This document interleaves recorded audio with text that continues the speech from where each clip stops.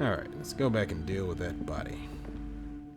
Since my shit has officially reached peak togetherness.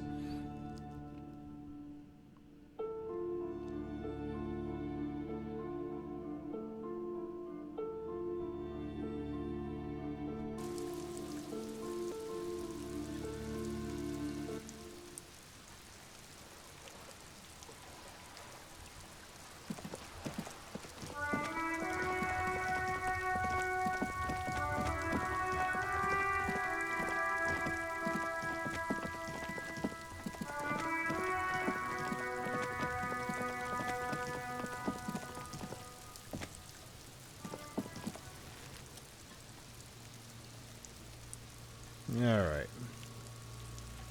Okay, 72%. Much better. So I wonder if you have a different class that you just always failed at, or is it just, it can change depending on what class? As you breathe in the odor comes over you. It's a spell of the mind telling you to run, and your stomach to wring itself empty. With your hands at your side and your eyes squinting, you stand in it. Success. It's a puzzle. What's hanging in front of you is a puzzle of decaying flesh, tattoos, and tendons. Do they always do that? They do after 7 days, yes. We're deep in decomposition here. Step closer. The man before you is naked, but for a pair of underpants and enameled boots. His skin is greenish, marbled with decaying veins and blotched by lividity. A fading web of tattoos cover his chest and shoulders. The cargo belt used to fasten him to the branch above appears industrial in strength. Inspect the boots. The material appears to be ceramic. Its clean white stands in stark contrast to the decaying flesh above the knee. The man wore thick polymer socks, probably for padding. A fine array of interlocking plates cover them. Delicate and fragile, they feel alien to the world around you, out of place somehow. These are clearly not boots that they're armor, possibly part of a larger set. These aren't just boots, are they? This is the armor he was stripped off. Indeed, with his notebook under his arm, the lieutenant crouches to inspect the soles. Technically speaking, these are sabatons, not boots. Oh, the lieutenant uses a... what? Numeta Technique A6. That's not just any notebook, it's a classic. Thanks, super useful to know. It's all you, baby. What kind of armor is this exactly? Ceramic plate. Zirconium dioxide, most likely. This is where the make would be. Where? Under the heel, Fairweather. He turns the boot slightly. Fairweather model T500 VE. I'm guessing that's the vitreous enamel. This is advanced stuff. Where's the rest of it? Scavenged by the locals? He nods, piece by piece. He's been out here for 7 days. It would be odd if they didn't. We should keep a lookout for those pieces. The armor could yield information. He nods towards Kuno. Maybe he'll know something. Oh, Kanto, great. Maybe he was just wearing these boots and there's no rest of the armor? No, he must have worn something precious underneath his clothes. They've removed all of his clothes to get to it. They did not just strip him for the putrid rags. And where are these clothes? Have you seen any around? Someone could have cleaned the yard, but that's a question for the red-haired thing. I hear you, cop, talking shit about the Kuno. Come here and say it to Kuno's face. Exactly, fuck you, Kuno. You wanna fuck me, huh? You wanna fuck the Kuno? What if they told him to strip before they hung him, to demean him? They usually hang them completely naked for that. La puta madre, the Mazda, the Besmertees, and the like. This one still has his underpants. What are you trying and ignore me now, fuckface? Kuno, this boot shit is super boring, and this guy is a total Vita Pass. Oh, can I just punch him? The material looks out of place here. It is. It's expensive. The lieutenant draws a line in the condensation on the ceramic with his index finger. We've requested similar material for our tactical units for years now. The constabulary deemed it too costly, and that time we've lost 6 men to semi-automatics. How much are we talking about? For a full set? About 4 years of wages? Shit. For the northwest region of Revachol, an officer's average yearly income is 5,500 real, unadjusted for rank. Wait, my yearly pay is 5,500 real? Not too much, yes. Pathetic. I need to hustle more and hate less.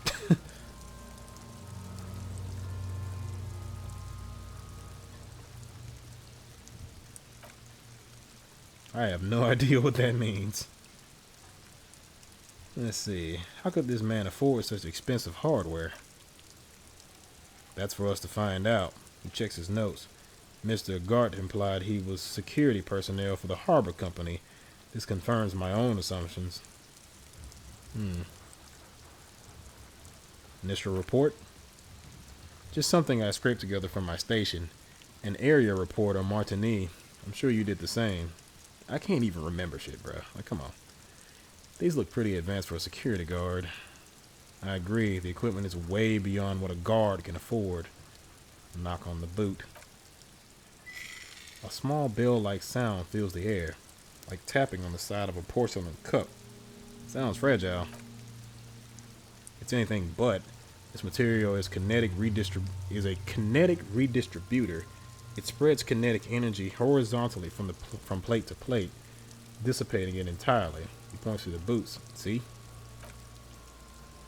Faint organic lines cover the plates where they separate into smaller ones. These plates then divide into smaller plates until there are hundreds of them all together.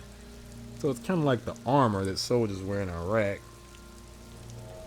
except more futuristic. Like whirls of floorboards, the design looks organic, influenced by highly resistant wood materials like lignum vitae and ebony perhaps. What does this remind me of? If trees were made of porcelain, this is what the cross-section would look like. Run your finger over the lines. The smooth glossy surface fractures into every more intricate interconnections. Speaking on the right sabaton, where you notice the number whirls in the shape of a letter in number combinations. E50, 100, 1000. Point to it. Looks like there's a serial number on the right sabaton. Good. Can you read it to me? He tips the drying ball point of his pen on his tongue. E54156745678222. Let's lie. What? No. Wait. Oh shit, now I'm confused.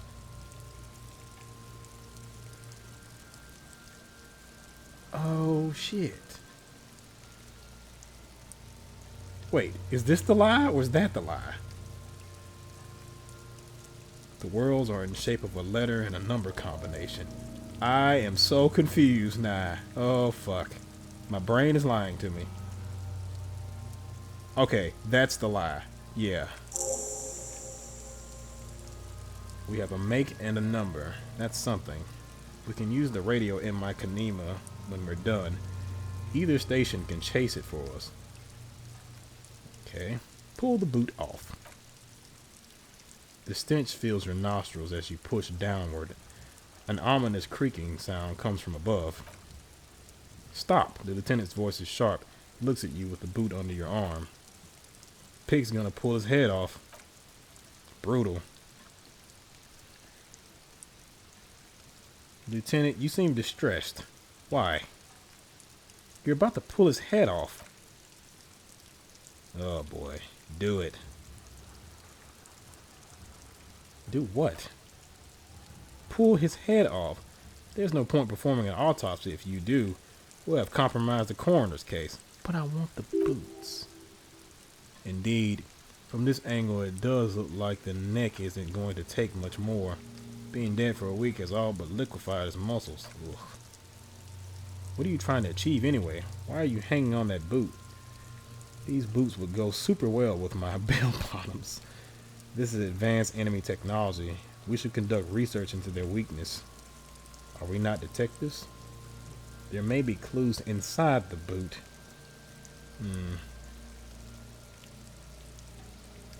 Yeah. How many clues do you need? You already found the number. Besides, he taps on the boot.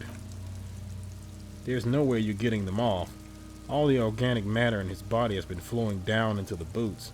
They're fused to his feet now. Why do you think the locals haven't scavenged them yet? Oh. You're sure there's a way to peel them off. But first, the body needs to be down. And second, it would probably be better if the lieutenant wasn't around. Sounds like a plan. Steal a dead man's boot? But that would be dishonorable. Refuse. For honor. The anticipation makes you crack your fingers. Feels nice. Nice and cracky. What's going to happen to the boots then? Processing will take care of them. With the situation in the morgue, it will yield nothing. But we must pick our fights. Looks toward the boots. Should we continue? Yep, back off and look at the corpse. And that was just the boots. Inspect the belt. The hangman's knot is pulled tight by the weight of the corpse below. Yellow hard-edged polyester cuts into his neck. Above, a sliding buckle ties the belt to the branch. Jeez. This is a steel-reinforced cargo lashing belt. Big brother of the regular cargo belt. It's used for tying cargo under 6-rotor airships. Don't ask me how I know, but this is a lashing belt used for airlifting cargo. Airlifting? I thought it was used on lorries for strapping cargo to them. Apparently this is the reinforced kind for the air transport. My brain tells me so. He nods. The local harbor uses 6 rotors to shuffle containers around. I get the sense they used whatever was on hand without paying much attention to not incriminating themselves.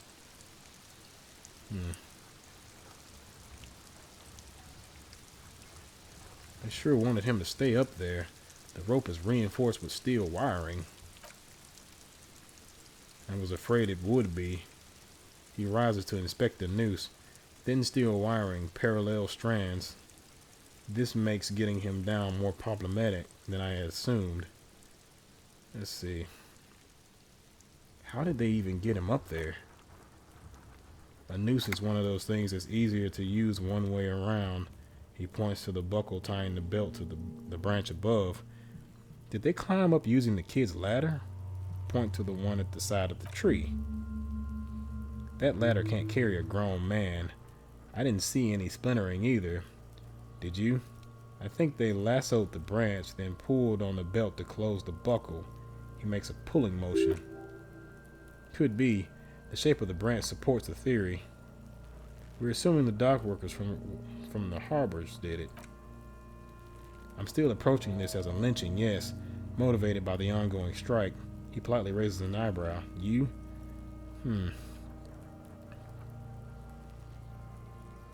I feel like it was something else. It's a little too obvious. Yes, covers his nose. It often is. This belt worries me. Back off and look at the corpse. Inspect the tattoos. An intricate web of blue lines stretches across the torso, from the right shoulder to the solar plexus. Each time they intersect, a small white star is formed in their crossing. Hundreds of fading asterisks riddle his skin. Their concentration is highest around his heart. Is this the map of the night sky? Or is this a national pattern? A map of the stars. He turns around to breathe before inspecting it closer. I do see some similarly astronomical charts. Great Century Messinian maybe, but this seems more particular, customized somehow. As if someone left out most of the night sky, filtering it through personal choice. The principle of this filter remains unknown to you.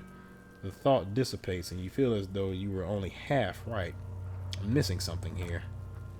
So am I. A sudden ringing fills the air as the lieutenant pulls down the zipper of his orange jacket. He wears a wide leather belt around his waist and a gun holster under his arm. He takes a thin piece of milled aluminum from his coat pocket and pulls it open. Sounds like a sword being unsheathed. A small lens appears, some sort of camera. What's that? A Trigat Sunshine Mini. Trigat is the world's leading manufacturer of intercommunication devices, primarily projectors. The camera before you looks familiar somehow. Shit, Kuno, what the fuck is that? An instant color camera. He produces 2 metal capped poles and clicks them into place on the side of the apparatus. A thin slot shines there. I have only 2 ampoles, so nobody move. I don't want to waste one. He points the camera at the corpse, peering into it. The lens needs adjusting. Then, Mother of God. Okay. A sound, a shrill flash, followed by the breaking of a small ampoule of glass. You see streams of color pour into a thick, glossy piece of paper rolling out. So it's a Polaroid? On it, a color-perfect copy of the dead man's tattooed chest. In case we need it, the lieutenant says, and shakes the paper, letting it dry in the cold wind. Cool machine. Trigat moment, non-flammable. Yes, he slides the camera closed and tucks it away on his belt. It is pretty cool, isn't it? There's only 1 ampoule left. Use it wisely. What do we need this photo for? It contains insight to the victim's person. By his build, I say this was a man of physical violence. The story he wanted his body to tell was important to him. It is his letter to us. Someone should decipher it. Need to show it around. Can I have it? I should look at it later without the corpse smell. Sure, just don't lose it. He hands you the piece of rolled up photo paper. It's no larger than a pack of cigarettes. I don't know if the racist dude knows anything about it. I'm guessing it probably was a national symbol or something.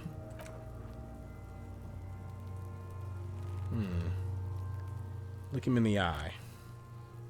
His eyes are milky white and blind to the world, protruding comically from their sockets.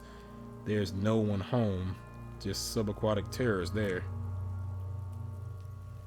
Dark brown hair grows on his head. His face is ready to explode from the organic process inside.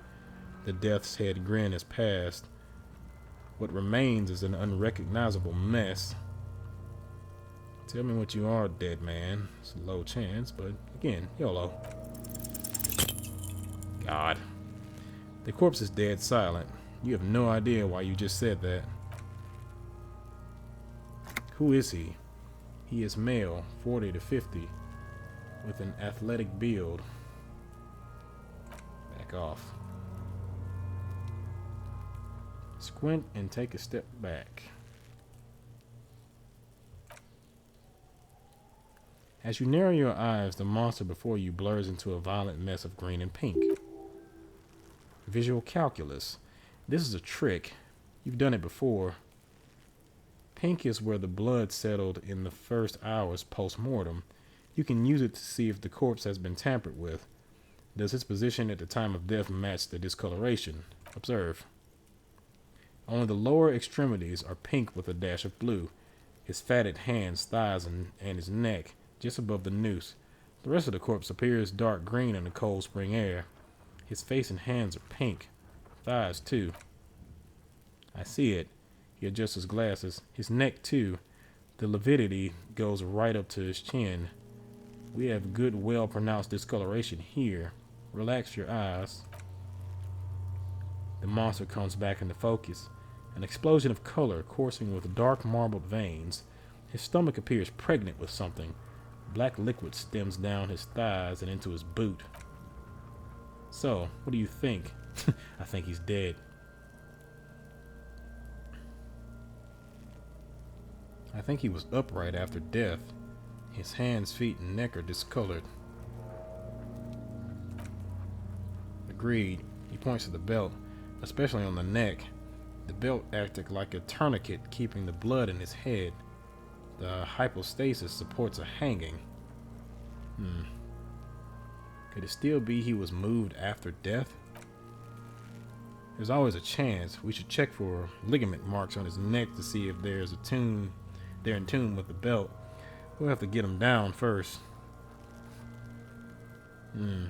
Something is coming out of him.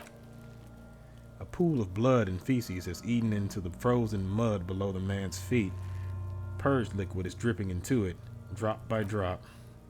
The victim appears to have contained no more than half a kilogram of digestion at the time of death. The fuck he saying? He's talking about shit.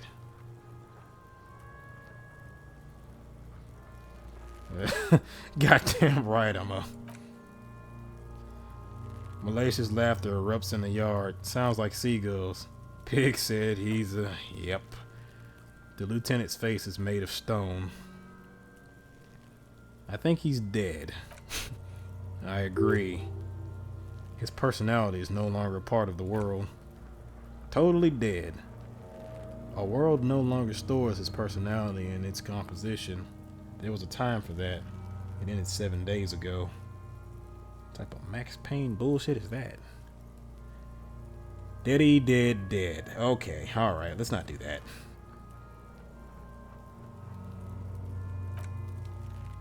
He nods in agreement with his advanced piece of conceptualization.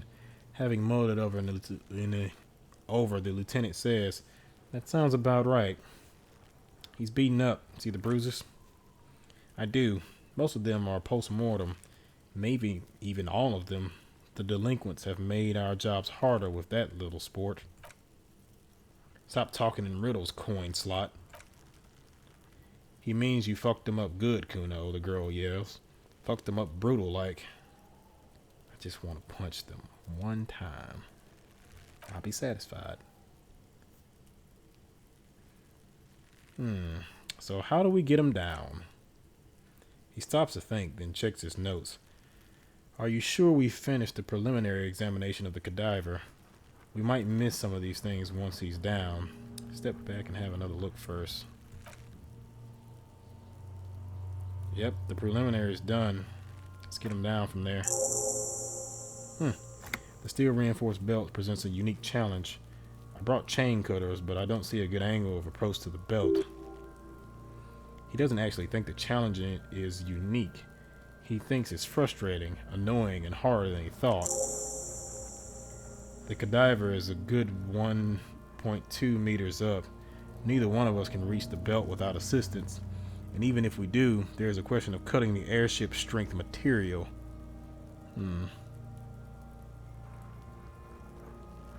Maybe we could shoot him down? Yeah, the enthusiasm is unrestrained. Bang, bang time, pigs. Shoot his head off. The lieutenant remains unaffected. How? Where the buckle ties the rope to the branch. That's a good spot. Point to it. There's the buckle. There. The buckle holds the belt together. Where? He corrects his glances. Ah, yes, I see it. If the shot hits that, there might be a chance to release the belt. Yeah, now we're talking. Entertain the Kuno with some shit. They'll miss. The pigs will miss, Kuno. Take the shot, Lieutenant. What's the worst thing that could happen? Wait, let me try. The man's brow is furrowed. He appears too deep in concentration to even notice what you said. Take the shot, Lieutenant. What's the worst thing that could happen? I'll blow his head off. Take it. Take the shot. Yeah, take the shot. Kunos wants some of that shit. Silence. With his elbows sharp, the lieutenant unzips his jacket and produces a lightweight firearm. He drops paper cartridges in the barrel, separates the scouring stick, and gives the cartridge 5 tucks, securing it in place. That's a Kilgi A990 Armistice mass-produced muzzle loader. Aesthetic, frugal, one of the most common firearms in the world. He then steps back and assumes the phallostes position. Taking aim, the corner of the eye twitches. His finger is on the trigger. Easy does it, partner. He's gonna fucking mitt. The kid's voice is drowned in a shrill blast that echoes off the wall of the surrounding tenements.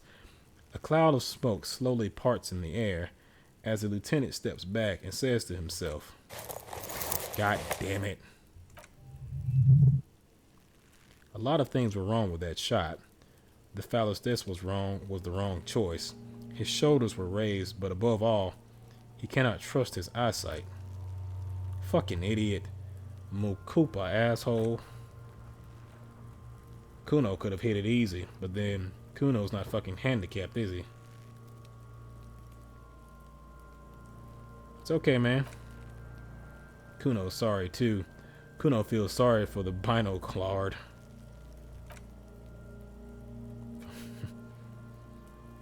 The lieutenant doesn't say a word, just looks at his gun in his hand.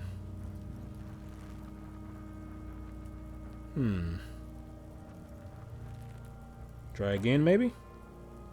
No, we're lucky as it is. We didn't break anything and the victim remains uncompromised. He looks around at the windows overlooking the yard. Any more mistakes could put us in an unfortunate position with the locals. We have eyes on us. I didn't do us any favors with that. Ah, shit. I have to say, it's beginning to look unlikely we can get him down without assistance. You know, you don't feel like too bad of a shot yourself. Can I have the gun? I should try. It's bad as it is, us shooting firearms like punks. He pauses, then shrugs, and proceeds to load the pistolet. Go ahead, I'm not stopping you. Just don't lose it.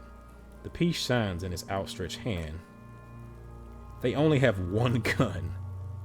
This is the sorriest pair of pigs Kunos have ever seen.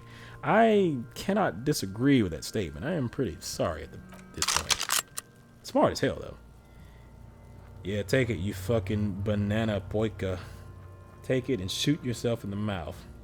Feel the weight first.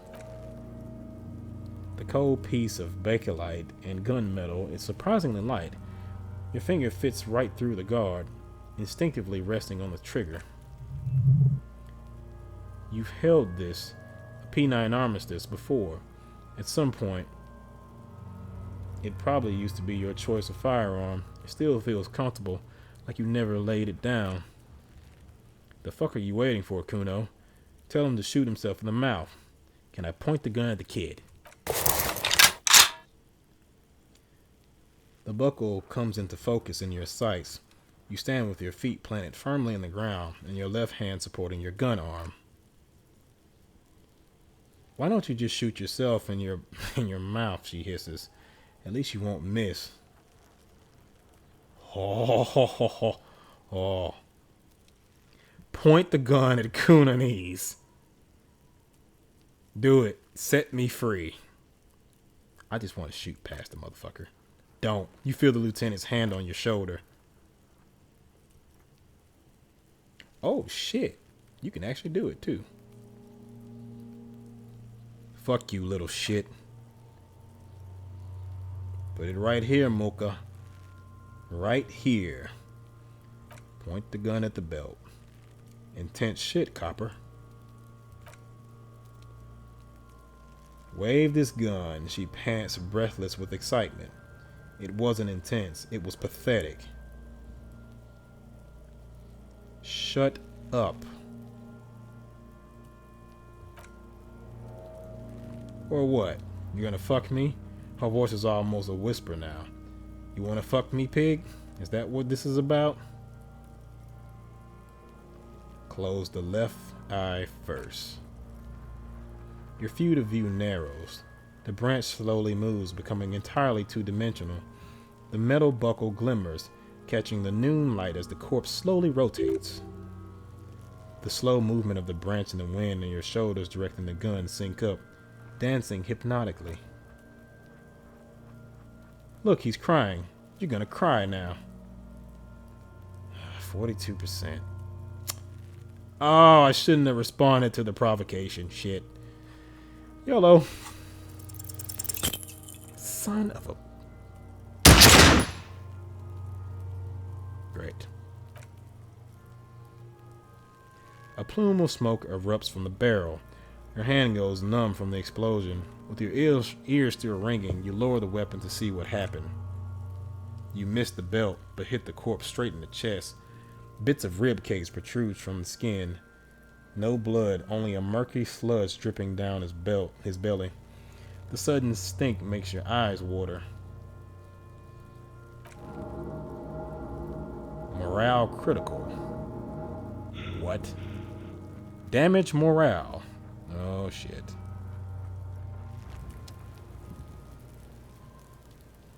What? Volition. Despair creeps into you, getting fat on your weakness. Whatever noble intentions you once had as a police officer, it's eating them all up now. Conceptualization. You're still coming up with sentences. That's a step up from total annihilation, right? I'm seriously running out of shits to give. Let corpses hang on the trees. I'm quitting. Fuck you. I've wasted my life protecting humans. They don't deserve it. I'm done. No one even likes cops. I wish I was fucking dead. Fuck you. Fuck you. Oh, shit.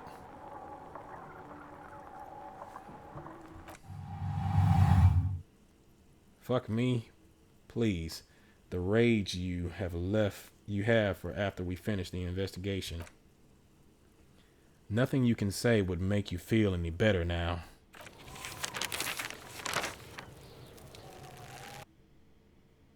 What just happened?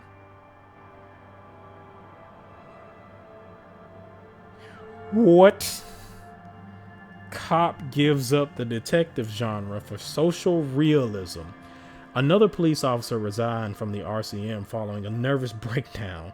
He now lives under a bridge, drinking and occasionally throwing excrement at passerbys, shouting, "I never loved that woman." When asked to comment, former colleagues objected to the theory that his psychological disintegration was precipitated by his wife leaving him. It's because the Furrows lost that match. And Captain Ptolemy Price, once the man's superior officer, it's because he couldn't get a big gun from acquisitions. And anyway, police work really burns you out after a while. Satellite Officer Gene Vickamore, the deranged former cop's partner, commented. Sergeant Mac Torson, another former colleague, did not propose any theories, merely saying whatever happened to him wasn't about birds. He got fucked. That's all. Well, shit.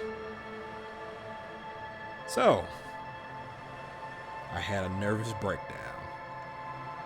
Alright, well, I guess I'll have to start again from the beginning or whatnot. So, I'll try something different. I'm actually kind of glad this happened because I kind of wanted to try something a little different anyway. I wanted to try intellectual cop, but maybe more emotional or something like that, or maybe more physical as well. So, we'll see how that goes. But thanks for watching.